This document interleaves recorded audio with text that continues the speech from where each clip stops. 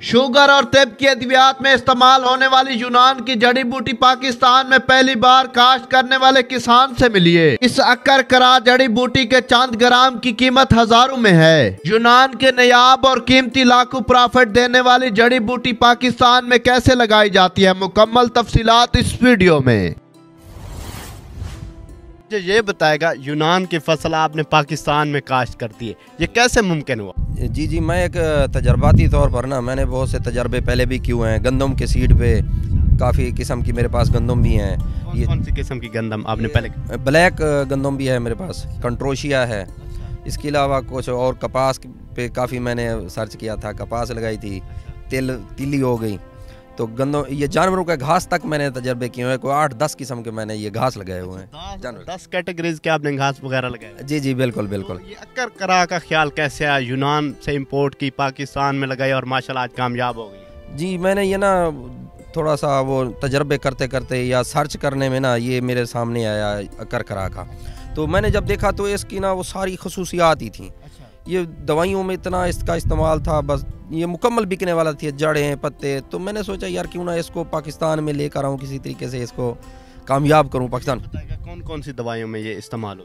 ख़ास तौर में शुगर, मैदे के मरीज़ जो हों तो उसमें ये इसका इस्तेमाल है। तो जब से हकीम हजरात को पता चला है ना, तो फ़ोन पे फ़ोन है और डेली के 2-3 हकीम आते हैं इधर कि कब इसको निकालोगे, ये हमें कैसे दोगे, हमें इसकी जड़ें हमें दे दो। मैंने कहा यार अभी तो मैंने इसको निकालना है, फ़िलहाल तो सीड पका है, अभी इसको 15 दिन तक इसका जो है ना तैयार हो जाएगी। अच्छा मुझे ये बता दें, वैसे आप इंटरव्यू से पहले बता रहे थे कि ये वाहिद फसल है जिसकी जड़, तना, सीड काम का है, और आप बता रहे थे इस पे खर्च भी बहुत कम है। तो इसकी मतलब जब काश्त करना हो तो क्या क्या चीज़ें रिक्वायर्ड होती हैं? खर्च जो इसका है ना, खर्च तो ना होने के बराबर है।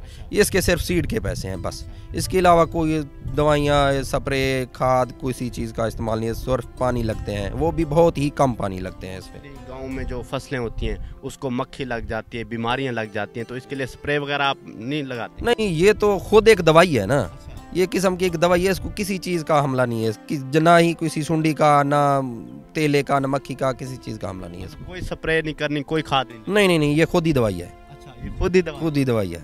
नाज़रीन, अगर ये आप काश्त करते हैं ना तो आपको स्प्रे लगाने की ज़रूरत है ना खाद, जस्ट और जस्ट आपने पानी लगाना है। और ये वो वाहिद फसल है जिसका सीड भी काम का है, तना भी काम का है, जड़ भी काम का है। फॉर एग्जाम्पल हम नीचे से एक पौधा निकालते हैं, वो पूरे का पूरा बिक जाएगा। बिल्कुल पूरे का पूरा ही इस्तेमाल का है। अच्छा, सबसे पहले आपने एक्सपेरिमेंट के तौर पर कितनी लगाई?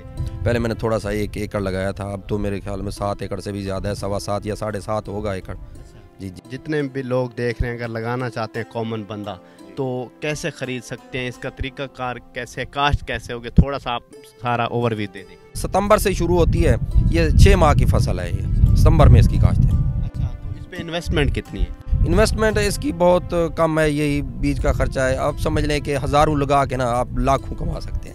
आजकल माशाल्लाह मलिक अकरम असद साहब आपके बड़े चर्चे हैं कि जनूबी पंजाब मुजफ्फरगढ़ से एक काश्तकार नौजवान है जिसने यूनान की फसल पाकिस्तान में लगा दी है। अगर कोई ख़रीदना चाहे तो कैसे ख़रीद सकता है? इसका सीड यूनान से मंगवाए या आप देंगे?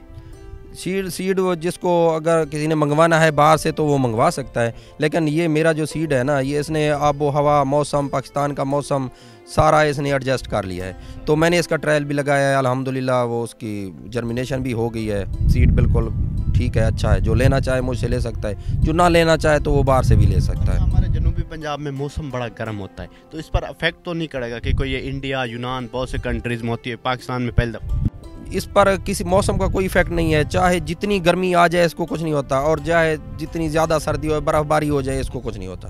अच्छा मलिक साहब, मुझे ये बताएगा, इसके लिए कोई स्पेसिफिक ज़मीन को रकबा ज़रूरत है या जहाँ पे लगा दें हो जाएगी? नहीं, ये असल में ये है तो जड़ी बूटी, जहाँ पे लगाएं वहीं पे हो जाएगी। लेकिन यहाँ पे जहाँ पे कपास, दूसरी फसलें होती हैं ना, ये उस रकबे में हो जाएगा। जी बिल्कुल हो जाएगा, हर तरह के रकबे में हो जाएगा। अच्छा मुझे ये बता दें, अगर फॉर एग्जांपल एकड़ लगाते हैं तो इसकी औसत क्या है और कितना प्रॉफिटेबल है? ये औसत इसकी जो अच्छा रकबा है ना, उसकी तकरीबन 700 से 800 kg तक इसकी जड़ें हैं, और 8 से 10 मन तक इसका सीड है। और ये जो पत्ते हैं ये तकरीबन हैं कोई 1800-2000 kg तक इसके जो तने हैं। और जो रकबे थोड़े हल्के हैं उनकी थोड़ी सी औसत कम हो जाएगी। اور جو زیادہ اچھے ہیں تو وہ اس سے بھی زیادہ بہتر بھی دے سکتے ہیں پیداوار۔